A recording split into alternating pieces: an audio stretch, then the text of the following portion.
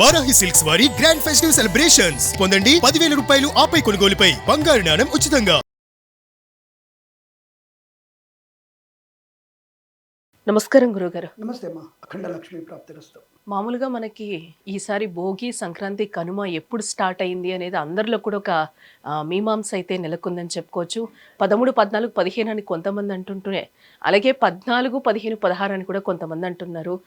వీటికన్నిటికీ మీరే చెప్పాలి. అందరికి ఒక కన్ఫ్యూజన్ క్రియేట్ అయింది ఈసారి, ఎందుకో తెలియదు కానీ మీరు దీనికి ఏం చెప్తారు? ఒకటి అంటే ఇది కొద్దిగా కాంట్రవర్సీ క్వశ్చన్ ఇది. ఎందుకంటే ఇది జ్యోతిష్య పండితులకి జరిగేటువంటి ఒక ఇద్దరి మధ్య ఉన్నటువంటి ఒక రకమైనటువంటి ఇబ్బందికర వాతావరణం. ఇక్కడ మీరేందరూ అనుకుంటారంటే నేను మీకు చెప్తే కరెక్ట్ అనుకుంటారు. అంటే కిరణ్ శర్మ జ్యోతిష్కుడు కదా అనుకుంటారు. జ్యోతిష్యంలో 2 విషయాలు ఉంటాయి, 2 భాగాలు. ఒకటి సిద్ధాంత భాగం, అంటే టోటల్ మ్యాథమెటికల్ ఇన్ఫర్మేషన్. ఒకటి ఫలిత జ్యోతిష్యం. ఇప్పుడు మీరు జాతకం ఇచ్చారనుకోండి, డేట్ ఆఫ్ బర్త్ ఇస్తే మీ జాతక చక్రంలో ఉన్నటువంటి గ్రహాలు ఇలా ఉన్నాయి. గురుడు కర్కాటకంలో ఉన్నాడు, కుంభంలో రాహు ఉన్నాడు, మీనంలో శని ఉన్నాడు అని ఇలా మేము దాన్ని విభజించి, ఓహో ఈ అమ్మాయి లగ్నం ఇది కాబట్టి మీరు అడిగే ప్రశ్న, గురుగారు నాకు పెళ్ళి ఎప్పుడు అవుతుంది, గురుగారు నాకు సంతానం ఎప్పుడు, గురుగారు నాకు ఉద్యోగం ఎప్పుడు వస్తుంది, విదేశాలు ఉందంటే ఓ పంచమ స్థానం, సప్తమ స్థానం, భాగ్యస్థానం చూసి మేము ఇలా చెప్పాలనేది ఫలిత శాస్త్రం. అంటే దాన్ని ఫలిత జ్యోతిష్యం అంటారు. ఇది మేము చదువుకున్నాం. అంటే నేను చదువుకున్నది ఫలిత జ్యోతిష్య భాగం. ఇది మీకు జాతకం చెప్పడానికి అవకాశం ఉంటుంది. సిద్ధాంత భాగం అనేది పంచాంగకర్తల యొక్క పని. పంచాంగకర్తలు కూడా జాతకాలు చెప్పగలుగుతారు, జ్యోతిష ఫలితం చెప్పగలుగుతారు. కానీ జాతక విశ్లేషణలో అసలు మ్యాథమెటికల్ ఇన్ఫర్మేషన్ ఇవ్వాల్సింది వాళ్ళే కదా. సరైనటువంటి మ్యాథమెటికల్ ఇన్ఫర్మేషన్ వాళ్ళు ఇవ్వాలి. అంటే లిప్తలు, వర్జ్యము, రాహుకాలము, యమగండము, దుర్ముహూర్తము, ఒక నక్షత్ర ప్రమాణము, దిన ప్రమాణము, అహప్రమాణము, రాత్రి ప్రమాణం అనేది ఒక లెక్కలు ఉంటాయి. వీటిని ఇవ్వాల్సినటువంటి బాధ్యత వాళ్ళది. అంటే రవి ఏ రాశిలోకి ఏ రాశి నుంచి ఎన్ని డిగ్రీలో వెళ్తున్నాడు అనేది లెక్కలు ఉంటాయి. మరి ఈ లెక్కల విషయంలో మరి సిద్ధాంతులందరూ కూడా చాంద్రమానం అని కొందరు, అంటే పూర్వ సిద్ధాంతం అని కొందరు, దృక్ సిద్ధాంతం అని కొందరు 2 రకాలుగా భావాన్ని చెప్తున్నారు. అది మీకు అర్థం కాదు, మాకు కొంత అర్థమైనా మీకు వ్యర్థం, మీకు అసలు అర్థం కాదు ఆ విషయం. మాకు అర్థమైనా కొంత వ్యర్థం అది. ఎందుకంటే మేము దాంట్లో లోతుగా వెళ్ళలేము, అలా అని చెప్పేసి బయటికి మేము మాట్లాడలేము. ఏం చేయాలి అర్థం కావట్లేదు. ఈ విషయంలో ఇక మనకున్నటువంటి కొద్దిమంది, అంటే ఈ తెలంగాణ ప్రభుత్వం ఉన్నటువంటి ఎండోమెంట్లో ఉన్నటువంటి అనుసంధానమైనటువంటి పంచాంగకర్తలందరూ వాళ్ళు మీటింగ్ పెట్టుకొని రైట్ ఇగో ఈ శ్లోక ప్రకారంగా శ్లోకాలు ఉంటాయి, దానికి శ్లోకాలు ఉంటాయి. ఇగో ఈ నారద సమితిలో చెప్పారు, ఈ యొక్క బృహత్ పరాశలో చెప్పారు కాబట్టి ముహూర్త మార్తలు ఇలా ఉంది కాబట్టి ఈ లెక్క ప్రకారంగా ఈ పద్మ పురాణంలో ఈ లెక్కలు ఉన్నాయి, దీని ప్రకారంగా పండగ ఈ రోజు. అంటే సూర్య సంక్రమణము, అంటే సూర్యుడు అనేటువంటి స్టార్ రాశిలోకి వెళ్తుంటుంది, డిగ్రీస్ మారుతూ ఉంటాయి. మకరము అనేటువంటి రాశిలోకి సూర్యుడు వెళ్తున్నప్పుడు మకర సంక్రమణం. సూర్యుడు ఎగ్జాక్ట్గా ఎప్పుడు వెళ్తున్నాడు అనే విషయంలో సంక్రమణం. ఇప్పుడు మీకు సూర్యోదయం ఎలా తెలుసుకుంటారు? వెళ్తురు కనపడంగానే కదా. అంటే సన్ రైజ్ అయినప్పటికీ సూర్యోదయం తెలుస్తుంది. అది కన్యాకుమారిలో వానికి తెలుస్తుంది, కాశ్మీర్లో తెలుస్తుంది. కన్యాకుమారిలో ఫస్ట్ రైజ్ అయితే 6ంటికి అయితే కాశ్మీర్లో 6:15కి అవుతుంది. That is different. Sunrise అనేది డిఫరెంట్. అంటే సన్ రైజ్ అయితే మీరు క్యాలిక్యులేట్ చేసుకోగలుగుతారుగా. మరి ఈ విషయంలో తేడా ఏమో నాకు అర్థం కాలేదు. అంటే దృక్ సిద్ధాంతం అంటే కనపడేది, కళ్ళకు కనపడేది దృక్ సిద్ధాంతం. దృక్ అంటే కనపడేది.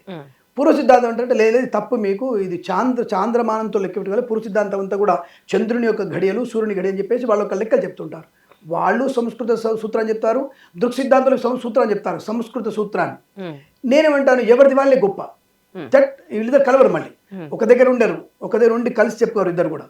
ఇప్పుడు ఏమైంది, ఎండోమెంట్ డిపార్ట్మెంట్లో ఎవరైతే ప్రధానంగా ఉన్నటువంటి వ్యక్తులు ఉన్నారో వాళ్ళు మాత్రం తినేసి ఇది 15th రోజు మకర సంక్రమణం, 14వ తేదీ రాత్రి 8 గంటలకి సూర్యుడు మకర రాశిలోకి సంక్రమణిస్తున్నాడు కాబట్టి మనకి 15వ తారీఖు సంక్రమణ స్నానాలు, పొత్తళ్ళు ఇచ్చుకోవడం, పితృదేవతలకి వస్త్రాలు ఇచ్చుకోవడం అనేది చెప్పబడింది.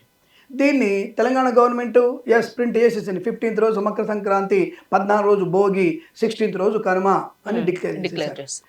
టీటీడీ తిరుపతి దేవస్థానం డిక్లేర్డ్ ఇది 15వ తారీఖే మనకి సంక్రాంతి, 14వ తారీఖు రాత్రి సంక్రమణ, రవి మారుతున్నాడు కాబట్టి రాత్రిపూట మారినప్పుడు ఆ రోజు చేసుకోవద్దు, మర్నాడు చేసుకోవద్దు. కాబట్టి మర్నాడు 5:30 నుంచి మొదలుపెట్టి మధ్యాహ్నం 2 o'clock వరకు మకర సంక్రమణ పుణ్యస్నానాలు చేయమని చెప్పి వాళ్ళు ఇచ్చేశారు. మీలాంటి వాళ్ళు ఏం ఫాలో అవుతారు? తిరుపతి దేవస్థానం కంటే ఎక్కువ వీళ్ళందరూ బోడీ ఆస్ట్రాలజర్లు పక్కబడే వీళ్ళని. తిరుపతి ఏం చెప్పింది, రైట్, తిరుమల 15వ తారీఖు చెప్పింది, శ్రీశైలం ఏం చెప్పింది 15 చెప్పింది సంక్రాంతి, రైట్ ఓకే. చాలామంది పండితులు అయిపోయారు, గవర్నమెంట్ ఏం చెప్పి డిక్లేర్ చేసింది 15 డిక్లేర్ చేసింది, అయిపోయింది. అంటే ఇది నేనేమంటానంటే, మరి ఇలా డిక్లేర్ చేసినటువంటి విషయాల్లో మనకు ఒక ఆంధ్రపత్రిక అనే పంచాంగం ఉంది, పిడపర్తి వారిదే.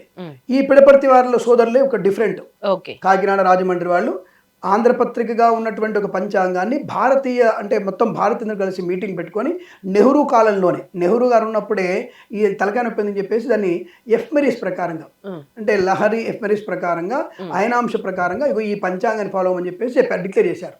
భారతీయ పంచాంగం, దాని పేరు పిడపర్తి వారిది, పూర్వకాలంలో ఆంధ్రపత్రిక పంచాంగం. దాన్ని ఫాలో అవ్వమని చెప్పారు అందరూ అప్పటి.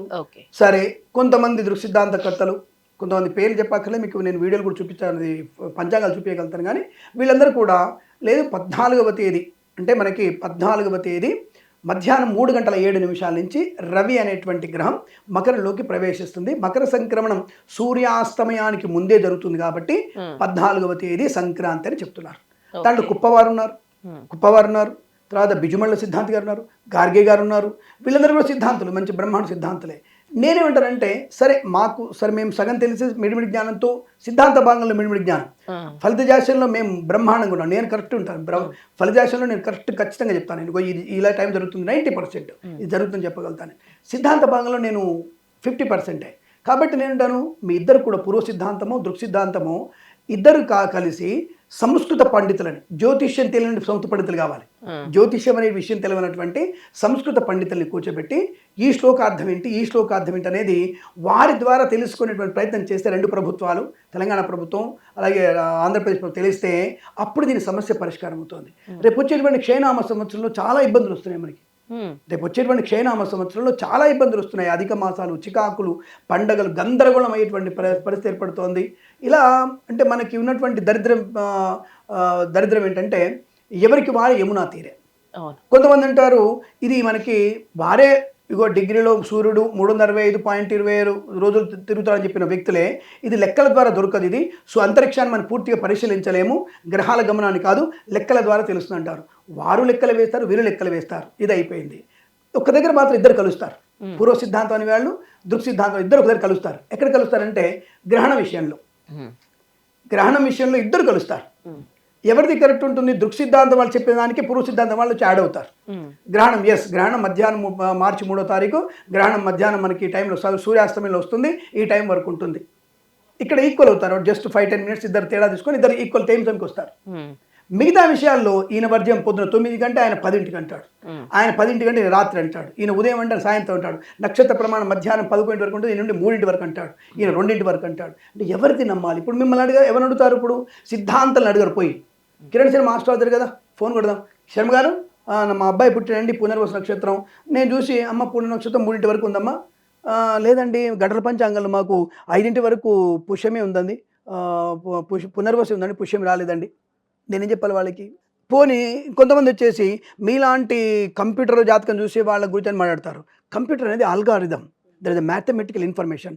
గ్రహాలను చూపించదు, మ్యాథమెటికల్గా డిగ్రీలు మారుతుంది కాబట్టి ఏ స్థానం ఎక్కడుందని చెప్పడానికి అవకాశం ఉంటుంది. అటువంటి విషయంలో నేను ఈ ల్యాప్టాప్లో సిస్టంలో చూసినప్పుడు కరెక్ట్ ఇన్ఫర్మేషన్ వస్తుంది. ఇప్పుడు మన అందరం దేని ఆధారపడుతున్నాం? ChatGPT, AI. I'm absolutely correct. మీరందరూ కూడా ఏఐని నమ్ముతున్నారు. ఏఐని మీరు నమ్మకపోతే రిజల్ట్ కూడా మీకు ఏఐ ప్రకారం నెగిటివ్ రిజల్టే వస్తుంది. ఏఐలో కొట్టి చూడండి మీరు, ఆర్టిఫిషియల్ ఇంటెలిజెన్స్లో మీరు 14th రోజున the sun moment in Capricorn అని కొట్టండి. ఇప్పుడు నేను ల్యాప్టాప్లో చూసి చెప్పట్లే, మీరు సన్ రైజ్ చూస్తున్నారు కదా, సన్ ప్రకారంగా చూడండి. మీరు ఖచ్చితంగా అది 3:07 3:10 14వ తారీఖు మీకు సన్ మూవింగ్ ఇన్ మకరం క్యాప్రికాన్. ChatGPT తెలుస్తుందిగా. పోనీ ఇప్పుడు చెప్తే నీ బోర్డు కంప్యూటర్ జాతకాలు చెప్పేది, అలాంటప్పుడు జాతకాలు ఎందుకు? మేము ఏం అడుగుతాం? జాతకాలు అడుగు, ఏం చెప్తా చూద్దాం. ఏని కూడా అడుగు, జాతకాలు ఏం చెప్తుందాం ఆలోచించండి. నేను కాదనట్లే కదా. అంటే మనం దీన్ని సంస్కృతి సంప్రదాయాన్ని పాటిస్తే మనము ఈ టెక్నాలజీ వాడుకోదనేం లేదు, అనుసంధానంగా తీసుకోవాలి, మన సంప్రదాయం తీసుకోవాలి తప్ప ఎవరికి వారే ఏమైనా తింటారు. ఇంకా మీరు అడుగుతున్నారు ఎప్పుడు గురుగారు పండగ అంటున్నారు. నేను క్లారిటీగా చెప్తున్నాను అండి. 13వ తేదీ భోగి, 14 సంక్రాంతి, 15 కనుమ. యాజ్ యూజువల్ 13, 14, 15 క్లారిటీగా వస్తుంది. ఇంకోటి ఏమంటున్నారు రేపు చూద్దాం. 14వ తారీఖు మరి మకర సంక్రమణం, కేరళ వాళ్ళు జ్యోతి ఎప్పుడు ఇస్తారు చూద్దాం మనం. రెండవది మనకి మన కాశ్మీర్లో ఉన్నటువంటి టైం క్లాక్ ఉంది కదా, అది 14వ తారీఖే మీకు ఖచ్చితంగా రవి అనేవాడు మూమెంట్ చూపిస్తుంది. ఖచ్చితంగా మీకు మకర సంక్రమణ టైం చూపిస్తుంది. అది కూడా అది మోడీ గారి కదా మొన్ననే దాన్ని ఇనాగ్రేట్ చేసింది. సో దాని తర్వాత తప్పకుండా తెలుస్తుంది, రవి ప్లానెట్ పొజిషన్ చూపిస్తుంది అందులో. మరి ఇలాంటివన్నీ మనకు కనబడుతున్నప్పుడు ఏ ప్రకారం చేస్తున్నారు అనేది నాకు అర్థం కావట్లేదు. ఇప్పుడు నేను ఎవరిని తప్పు పట్టట్లా, నేను మీరందరూ పెద్దవాళ్ళు గొప్పవాళ్ళు, వీళ్ళు పండితులుగా అని చెప్పట్లా. కానీ ఎవరిది కరెక్ట్? జనాలకు కూడా ఈరోజు అదే ప్రశ్న అయిపోయింది. సో మరి ఏం చెప్తానంటే నేను చెప్తున్నా కదా 13 భోగి చేసుకోవాలి, 14 సంక్రాంతి చేసుకోవాలి, 15వ తారీఖు కనుమ చేసుకోవాలి, 16వ తారీఖు ముక్కనుమ చేసుకోవాలి. లేదు 3 రోజులు పండుగ వాడుకుంటాం, హాయిగా వాడు జరుపుకోండి, 5 రోజులు జరుపుకోండి, నేను వద్దనట్లేదు. ఈ రకమైనటువంటి ఇబ్బందుల వల్ల మాకే అంటే ఒక రకంగా ఓడిపోతున్నామేమో అన్నటువంటి భావన ఏర్పడుతుంటుంది. సో ఇది కొద్దిగా మాకు కూడా భావోద్వేగంతో ఇబ్బంది పడుతున్నటువంటి సమస్య. మేము సిద్ధాంతం ఇక లాస్ట్కి ఏం చేయాలంటే నేను సిద్ధాంత భాగం నేర్చుకోవాలి, 2 నేర్చుకోవాలి.